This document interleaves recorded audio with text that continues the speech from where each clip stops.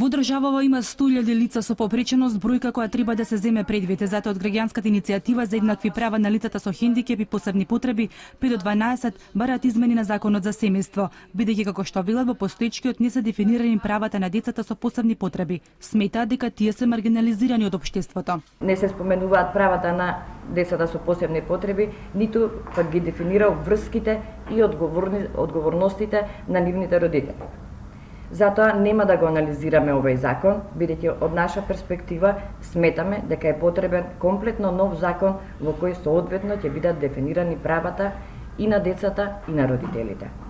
Измена на законот за семејство е потребна и да се стави акцент на важноста од заедничкото родителство и по разводот на браковите, велат од граѓанската иницијатива која се залага за оваа проблематика. Од година во година расте бројот на разводи, ги има по 2000 годишно и станува проблем што не може да чека.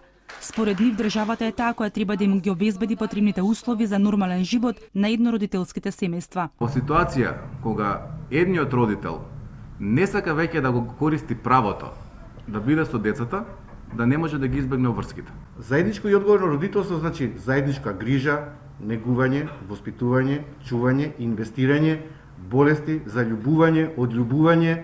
Министерката за труд и социјална политика на отчетот за сработеното во изминатите 100 дена во ресорот што го води, рече дека со измени на законот нема да може да ја сменат праксата.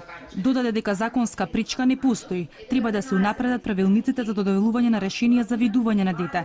Центарот за социјални работи треба да се грижи детето да биде во фокусот. По локалните избори ние сме спремни да работиме, да се формира работна група, да заеднички изготвиме правилник, да се изедначи можноста и мајките и татковците да поминуваат повеќе време со детето после разводот. Инаку денеска меморандум за соработка за подобрување на услугите за еднородителските семејства подпишаат двете граѓански иницијативи и првата детска амбасада во светот Меѓаши.